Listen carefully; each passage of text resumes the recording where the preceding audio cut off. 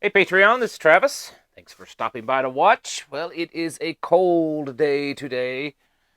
In the teens, I believe, most of the day. I think it started out at around 11 or 12 degrees. But it looks like it's going to get a lot colder this week. And from what I understand, most of the country is going to be experiencing a lot of cold this week.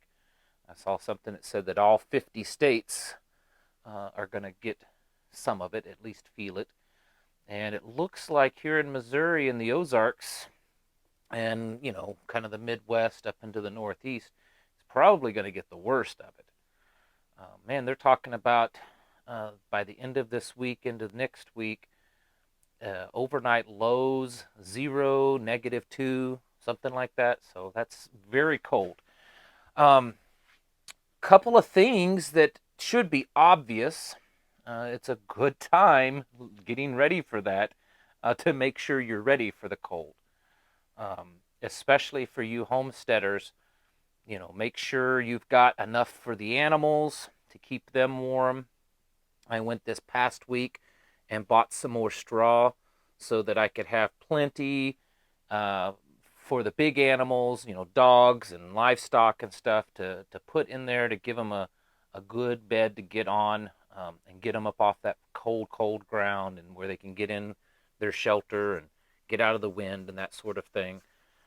Um, and then, just here around the house, it's we focus a lot on my channel on Patreon of preparedness in a sense of all the craziness that's going on. But we certainly can't forget that preparedness in its simplest form is just getting through things that we go through in life. And this is one of them. When you're talking about 0 and negative temperatures, that's dangerous. That's dangerous for animals and certainly dangerous for people. It's dangerous for equipment. They were saying that some areas of the country it's going to get cold enough that it's going to could gel up your antifreeze. So check on your vehicles. We've got one vehicle that the battery's getting weak, so I'm going to go probably here in the next couple of days. I've been meaning to do it. I mean, it starts, but you can kind of tell that the battery's struggling, especially when it's cold. I suspect it won't work at all in this cold weather, so I'm going to go this week and just get another one. I've been putting it off. Um, so get that done. Check antifreeze in your vehicles. Check your houses, because even for most of us that don't worry about frozen pipes and stuff, with this kind of weather, that's something you just about everyone needs to be a little concerned with. No matter how well built your house is, when you're talking getting into the negatives, uh, even well-built houses, pipes can freeze. So, if you need heat tape on your pipes or put a little space heater somewhere or leave the pipes dripping, whatever you have to do, I would certainly get ready for that. If you burn wood like we do, make sure you have a good wood supply. And, what we do, a lot of people do this, but we try to keep about a 3 day supply of wood in the house. And there's a reason why we do that. It creates a mess. I mean, that's kind of a stack of wood in your house. It's going to be messy. But the reasons why we do it is, number one, when it's really cold in the morning or just about any time, I don't want to be going in and out, in and out. To me, it's easier that every 3 days, we've got a good sized wagon, 2 or 3 trips of that wagon, and I can bring in enough wood for about 3 days, and I don't have to mess with it. Don't have to go out in the cold every time I need to, stoke the fire.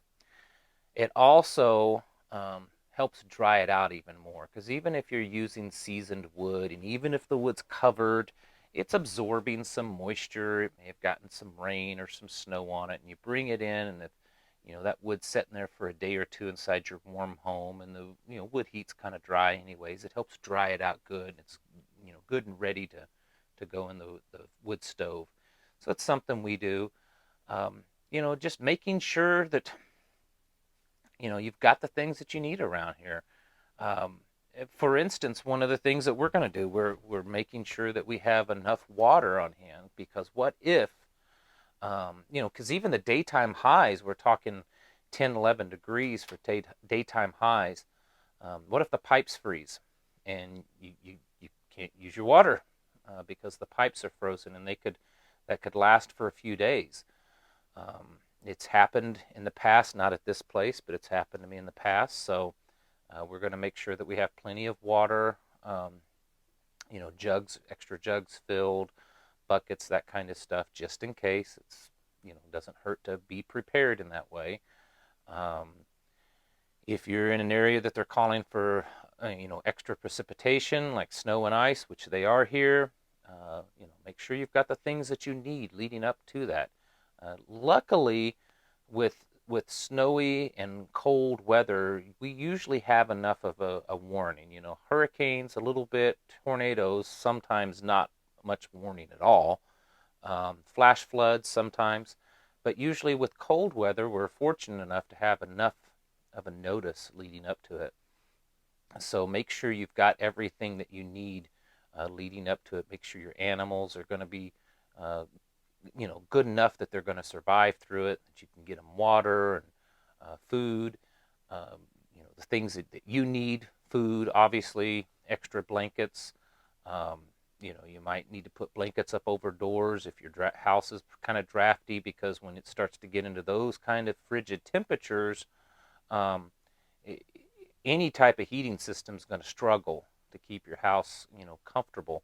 So adding things like maybe extra quilts to windows and doors and stuff to cut down on any drafts can also help.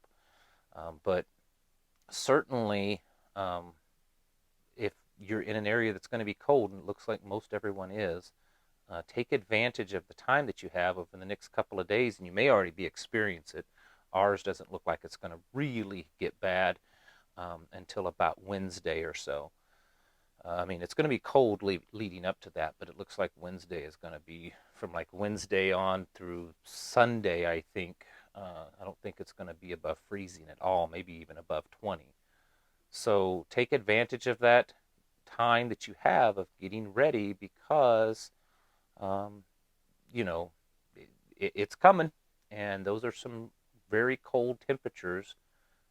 And at those temperatures, like I said, things break, and things can die. So make sure you get ready for all of that.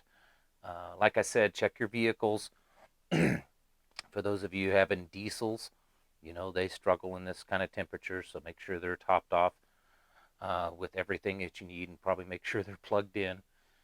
Extra fuel, in case you lose power because of, especially like ice storms are really tough on power lines. You all probably know that. If you have generators, make sure you stock up on gasoline and have that on hand in case you need to hook up the generators.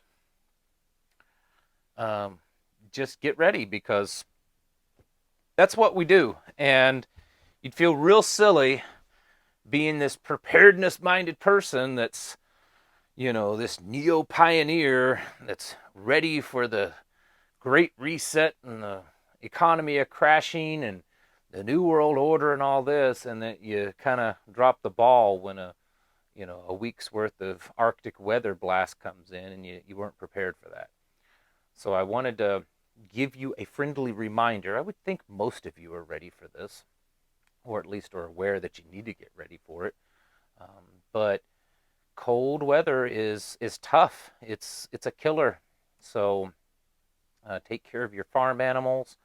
I've got extra bedding for like the chicken coops, so that there's extra bedding in there. And I usually don't have like a heat lamp in there because my coop is very well built.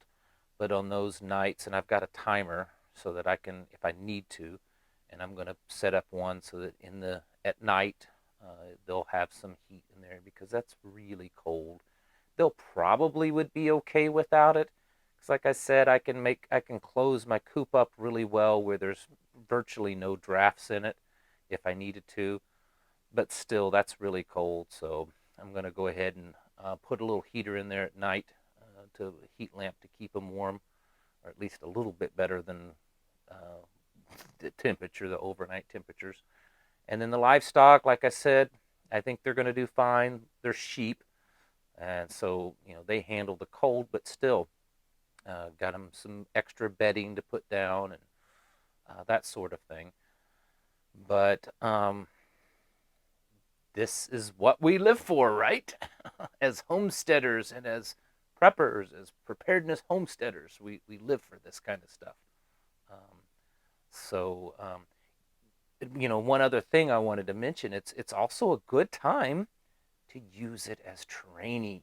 And your family will just love that. But seriously, um, it's a good time to remind them that, we're getting ready this week because we've got some really frigid cold temperatures. And I understand some of you probably have already had frigid cold temperatures all winter long, but it looks like this coming week everyone's going to have some really harsh winter weather.